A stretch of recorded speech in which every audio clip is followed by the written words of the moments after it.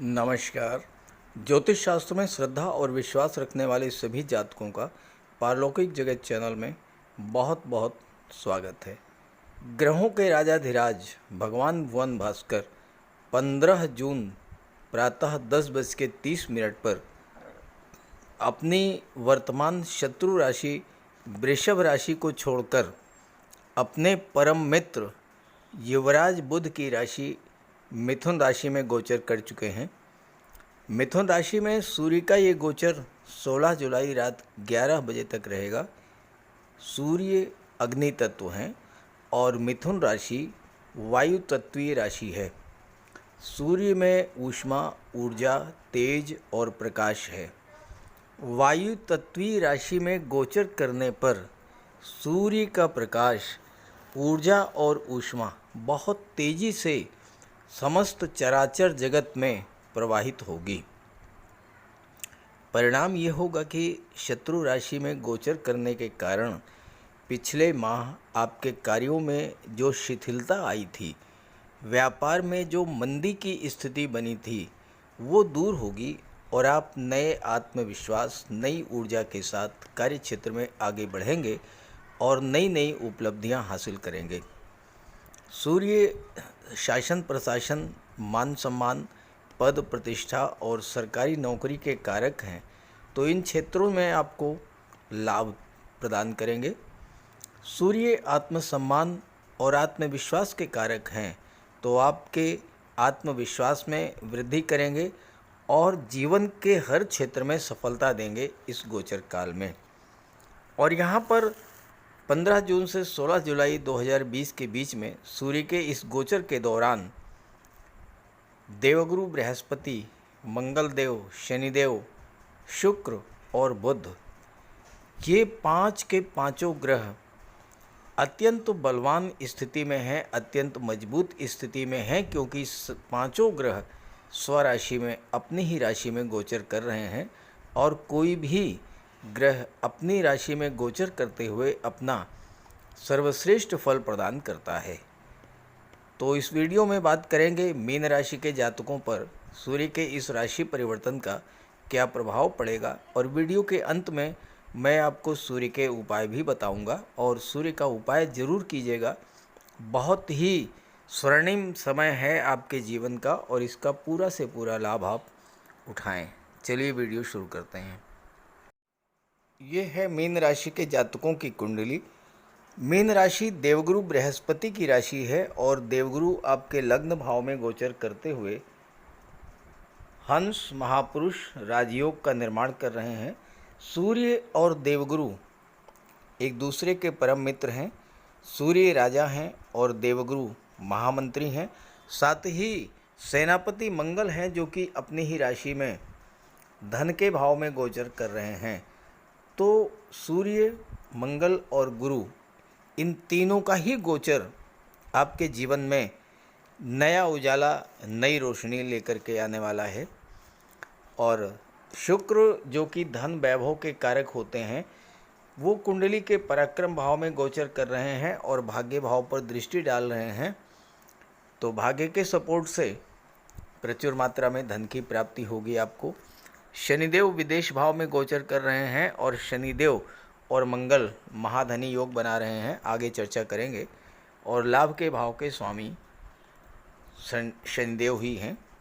सूर्य का गोचर केंद्र के भाव में हो रहा है मिथुन राशि में। ग्रहों का इतना अद्भुत संयोजन,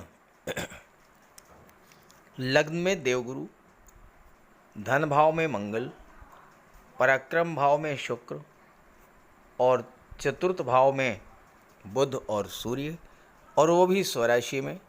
सूर्य का गोचर मित्र की राशि में। ऐसी ग्रह स्थितियां दुर्लभ होती हैं और कई वर्षों के बाद ग्रहों का ऐसा संयोजन देखने को मिलता है। और ज्योतिष शास्त्र का सिद्धांत है कि अगर आपकी कुंडली में गोचर में ग्रह स्थितियां श्रेष्ठ स्थिति में हो तो आपको इसका पूरा लाभ उठाना चाहिए। तो ऐसे में आपको ग्रहों की अनुकूलता का पूरा लाभ उठाना चाहिए। सूर्य चतुर्थ भाव में गोचर कर रहे हैं और चतुर्थ भाव भौतिक सुखों का होता है। तो यहाँ पर सूर्य आपके भौतिक सुखों में तो वृद्धि करेंगे, लेकिन अपने हाई स्टेटस, बेहतरीन जॉब, अच्छे मकान, अच्छे वाहन, सुख सुविधा के साधनों के कारण आपके मन में एक अहंकार और ईगो डेवलप करेगा। और साथ ही साथ आपके जो भाई बंधु हैं, परिवारीजन हैं, वो मन ही मन आपसे ईर्ष्या भी रखेंगे और इसकी वजह से पारिवारिक तनाव जन्म ले सकता है। यहाँ पर सूर्य आपको सामाजिक प्रतिष्ठा दिलाएंगे।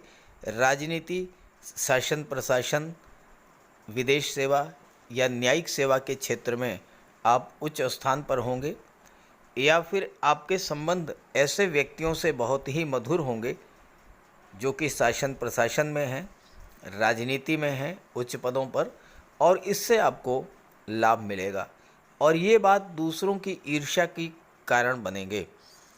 लेकिन आपके लग्न भाव में देवगुरु बृहस्पति का गोचर है, जो आपके ज्ञान बुद्धि विवेक में वृद्धि करेंगे और आप अपने ज्ञान बुद्धि विवेक के प्रभाव से अपने शत्रुओं की पहचान कर लेंगे और उनको पराजित करेंगे। देवगुरु आपकी इंट्यूशन पावर को भी वृद्धि करेंगे और सूर्य चूँकि छठे भाव के स्वामी हैं, तो सूर्य भी आपकी पूर्वाभास क्षमता को बढ़ा देंगे, जिससे कि कौन व्यक्ति आपके विरुद्ध षड्यंत्र कर रहा है इसकी जानकारी, इसका आभास आपको हो जाएगा। सूर्य राजा हैं और चतुर्थ भाव में हैं, तो आपको राजसी वैभव प्रदान करेंगे और सूर्य की दृष्टि कुंडली के दशम भाव पर पड़ेगी और इसके स्वामी स्वयं देवगुरु हैं। तो देवगुरु की राशि पर सूर्य की दृष्टि पड़ना और वो भी कर्म भाव में, तो अगर आप शासन प्रशासन या राजनीति से जुड़े हैं, न्यायिक सेवा या विदेश से जुड़े हुए हैं, तो आपको कार्यक्षेत्र में लाभ होगा, उन्नति होगी, पद प्रतिष्ठा प्रमोशन का आपको लाभ मिलेगा।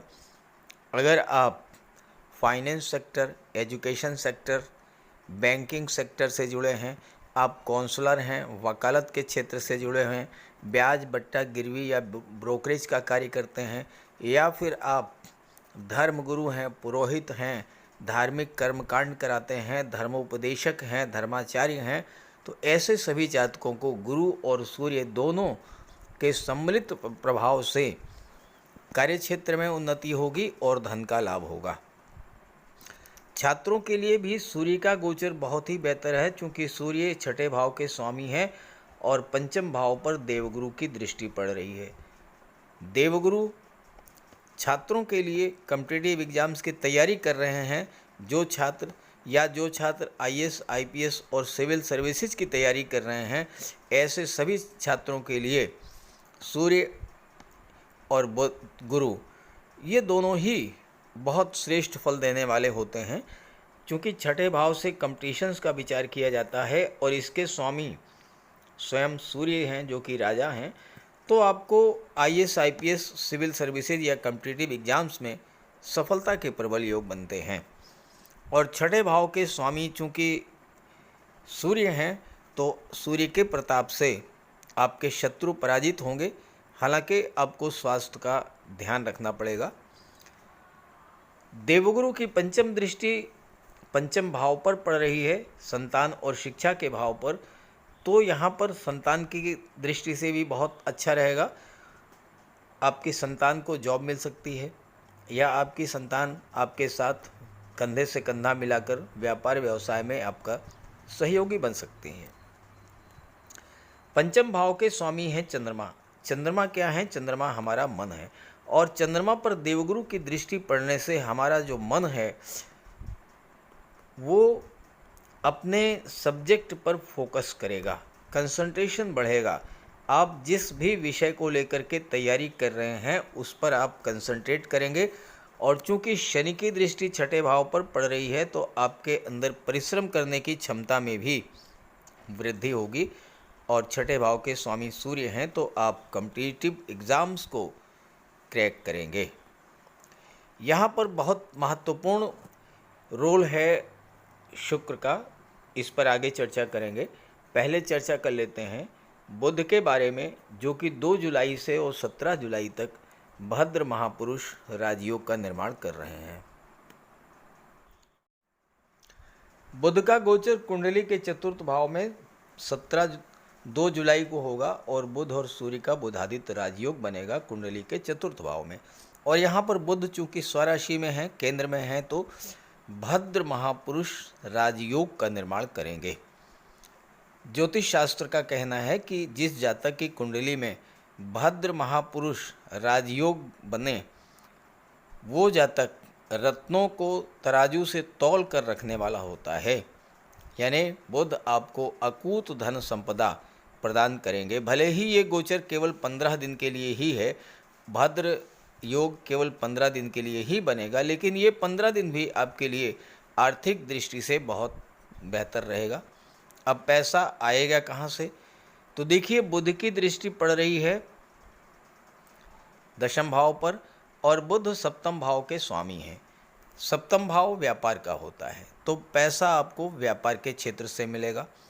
आप कोई अपना व्यापारिक प्रतिष्ठान शुरू कर सकते हैं, या कोई होलसेल डीलिंग का कार्य शुरू कर सकते हैं, या कोई रिटेल शॉप आप शुरू कर सकते हैं, या फिर आप आईटी सेक्टर, कंप्यूटर मैनेजमेंट के क्षेत्र में, कला और साहित्य के क्षेत्र में एक से एक नए इनोवेशंस करेंगे और इन क्षेत्रों में आपको जॉब भी मिल सकती है और आप अपना खुद का कोई स्टार्टअप भी शुरू कर सकते हैं। क्योंकि बुध सप्तम भाव के स्वामी हैं और सप्तम भाव से व्यापार का विचार किया जाता है, तो व्यापार के क्षेत्र में बुध आपको बुलंदियों पर ले जाएंगे और इससे आपको बहुत अधिक पैसा मिलेगा। अब यहाँ मैं आपको एक ज्योतिषी सूत्र समझाता हूँ। मंगल धन भाव में गोचर कर रहे हैं और मंगल और शनि महाधनी योग बना रहे हैं। कैसे?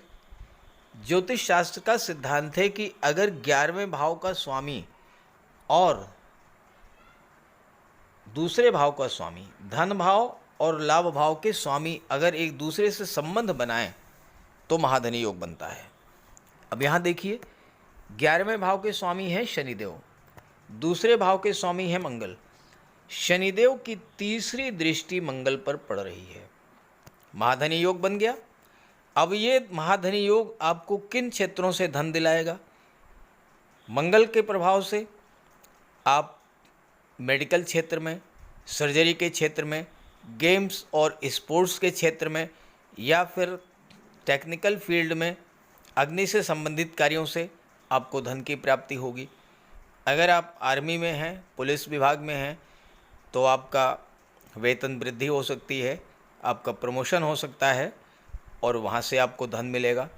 मंगल अपनी राशि में गोचर कर रहे हैं और मंगल की दृष्टि अष्टम भाव पर पड़ रही है।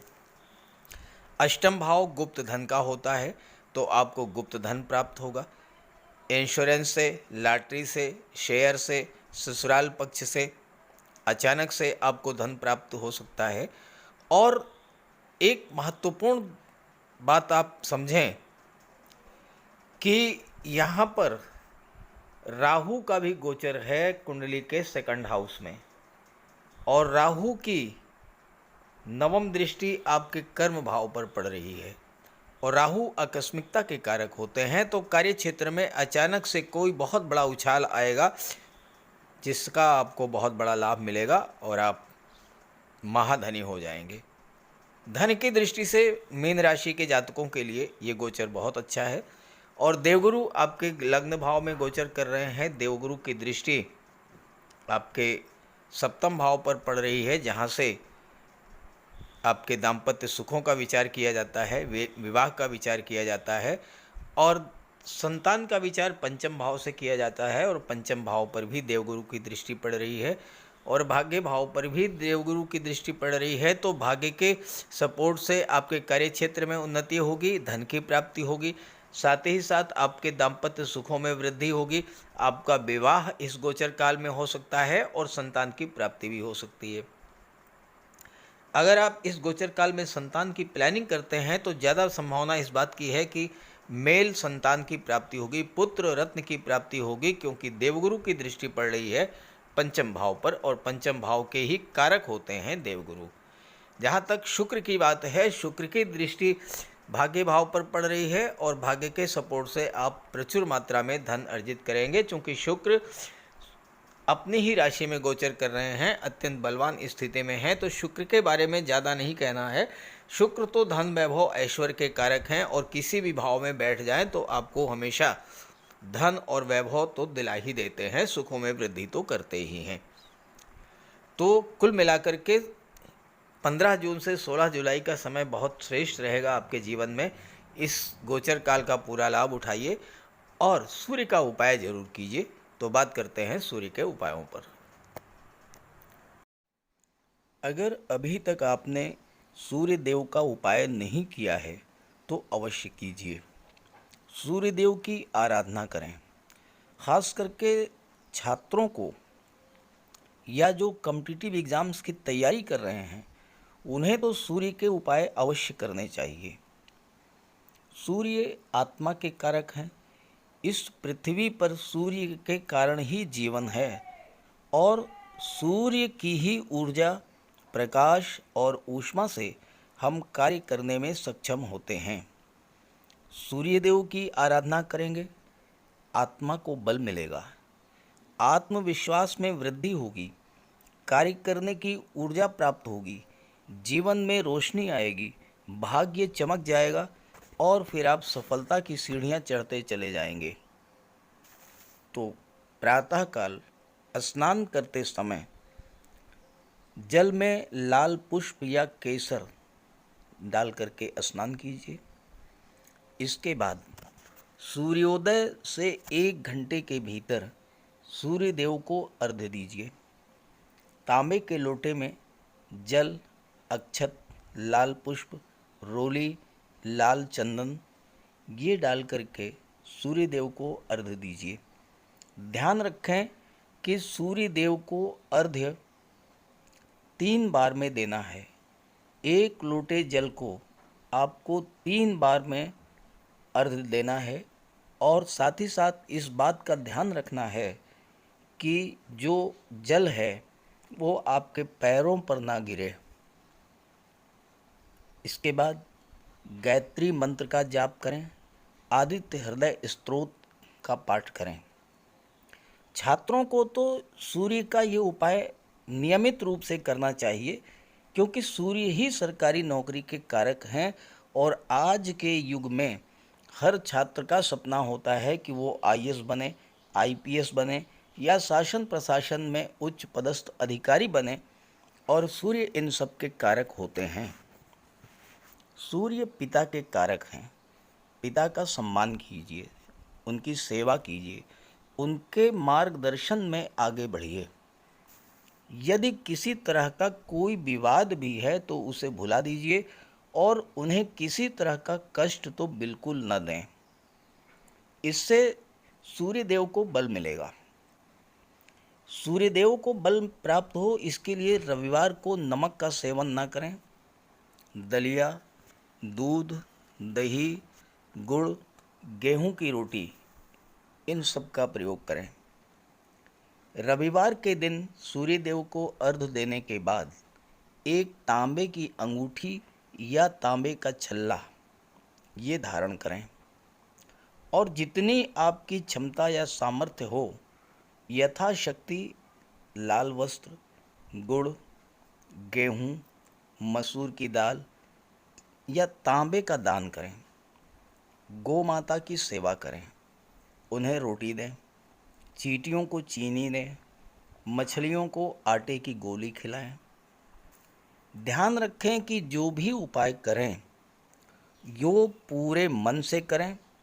उपाय करते समय सूर्यदेव का ध्यान करें, और साथ ही साथ अहंकार और क्रोध इनसे दूर रहें। आप ये उपाय करके देखिए, जीवन में इतना बड़ा परिवर्तन आएगा कि आप कल्पना नहीं कर सकते। तो मेरी बात से सहमत हों तो उपाय शुरू कर दीजिए, और वीडियो अच्छा लगा हो तो अपने साथियों को, मित्रों को भी ज़रूर शेयर कर दीजिएगा। नमस्कार।